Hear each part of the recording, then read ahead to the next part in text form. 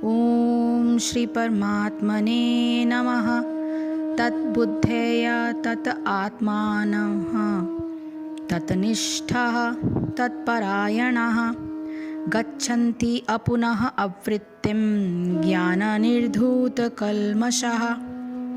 तद्बुद्धया यानी नित्य भगवत परायण बुद्धि वाले, तत् आत्मानः जिनके मन सदैव भगवान में लगे रहते हैं, तत्निष्ठा जिनकी श्रद्धा एकमात्र परमेश्वर में है, तत्परायणः जिन्होंने उनकी शरण ले रखी है, गच्छन्ति जाते हैं, अपुनः अवृत्तिम मुक्ति को ज्ञान द्वारा निर्धुत शुद्ध किए गए, कल्मषः पाप अविद्या। जब मनुष्य की बुद्धि, मन, श्रद्धा तथा शरण सब कुछ भगवान में स्थिर हो जाते हैं, तभी वह पूर्ण ज्ञान द्वारा समस्त कल्मष से शुद्ध होता है और मुक्ति के पथ पर अग्रसर होता है। इसका तात्पर्य यह है कि परम दिव्य सत्य भगवान श्री कृष्ण ही हैं। सारी गीता इसी घोषणा पर केंद्रित है कि कृष्ण श्री भगवान है। यही समस्त वेदों का भी अभिमत है।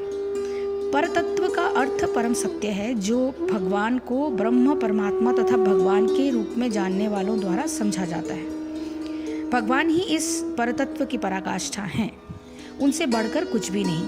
भगवान कहते हैं, मतः परंतरम नान्यत किंचित दस्ति धनंजयः। कृष्ण निराकार ब्रह्म का ही अनुमोदन करते हैं। ब्रह्माणो ही प्रतिष्ठाहम, अतः सभी प्रकार से कृष्ण परम सत्य है, यानी परतत्व है। जिनके मन, बुद्धि, श्रद्धा तथा शरण कृष्ण में है, अर्थात जो पूर्णतया भगवान श्री कृष्ण भावना भावित हैं, उनके सारे कल्मष धुल जाते हैं और उन्हें ब्रह्म संबंधी प्रत्येक वस्तु का पूर्ण ज्ञान रहता है। कृष्ण भावना भावित व्यक्ति यह भली भांति समझ सकता है कि कृष्ण में द्वैत है, एक साथ एकता तथा भिन्नता, और ऐसे दिव्य ज्ञान से युक्त होकर वो मुक्ति पथ पर सुस्थिर प्रगति कर सकता है।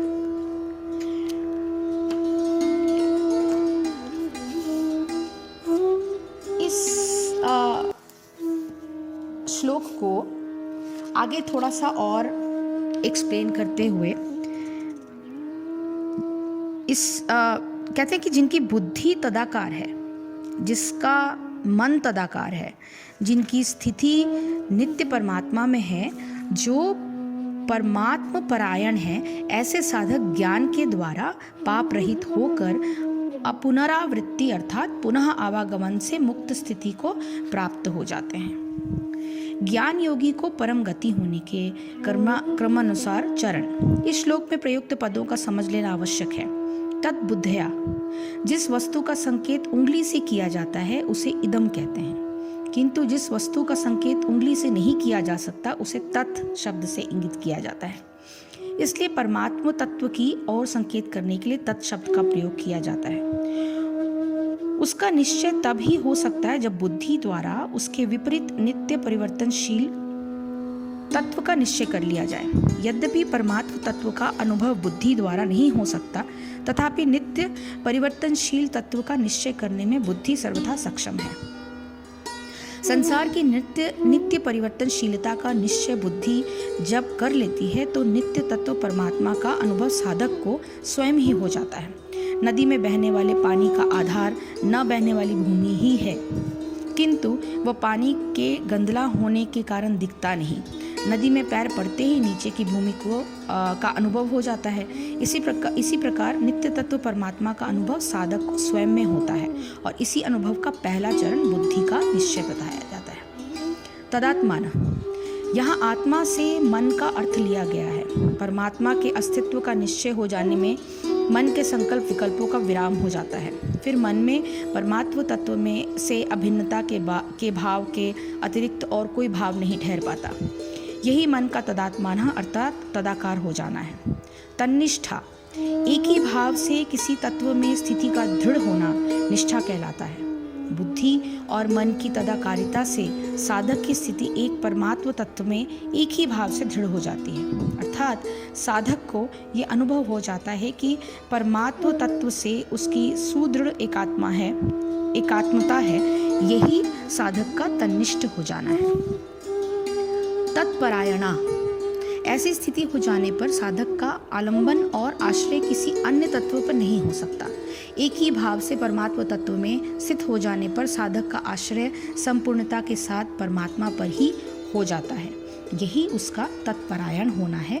और ऐसे साधकों के लिए इस श्लोक में तत्परायणा का शब्द का प्रयोग किया गया है। ज्ञान निर्धुत कल्मषा, बुद्धि के निश्चय द्वारा नित्य परिवर्तनशील संसार की असारता साधक को स्पष्ट हो जाती है। वास्तव में इंद्रियों के अनुभव में आने के कारण असत रूप संसार सत्य जैसा भासता है।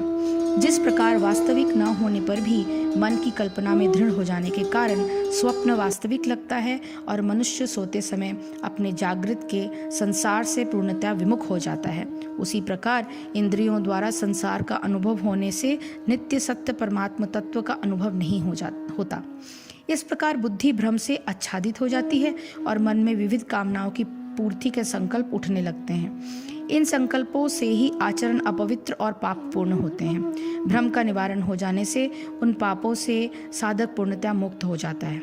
यही ऐसे साधकों का ज्ञान निर्धुत कल्मषा हो जाना है। गच्छन्ति अपुनरावृत्तिम, इस पद से ये बताया गया है कि ऐसे साधक बार बार जन्मने मरने वाली गति से वैसे ही सर्वथा मुक्त हो जाते हैं, जैसे स्वप्न से जागने पर स्वप्न की क्रियाओं और अनुभवों से मनुष्य का कोई संबंध नहीं रहता। यह स्थिति प्राप्त होने पर परमात्मा के ज्ञान के प्रकाश में योगी के सभी पूर्वकृत कर्म विलीन हो जाते हैं और उसकी सत्ता ब्रह्म से अभिन्न हो जाती है और फिर उसके द्वारा शुभ या अशुभ कर्मों के संपादन का प्रश्न ही नहीं उठता। ऐसे साधक के लिए पुनर्जन्म का कोई कारण नहीं रहता और इसी स्थिति को परम गति, परमात्मा प्राप्ति इत्यादि पदों अर्थात अपुनरावृत्ति से इंगित किया गया है। संबंध यह है कि यहाँ तक ज्ञान योग के साधकों की परम गति का और उसके प्राप्त होने के विभिन्न चरणों का वर्णन किया गया है। कर्म योग के साधन से भी इस स्थिति की प्राप्ति का उल्लेख इस अध्याय के श्लोक संख्या 5 में पहले किया गया है और इस स्थिति को प्राप्त दोनों प्रकार के योगियों का आचरण व्यवहार काल में कैसा होता है, ये बताते हुए भगवान आगे के श्लोकों का वर्णन करेंगे। हरिओम तत्सत, हरिओम तत्सत, हरिओम तत्सत। जय श्री कृष्ण, जय गुरुदेव।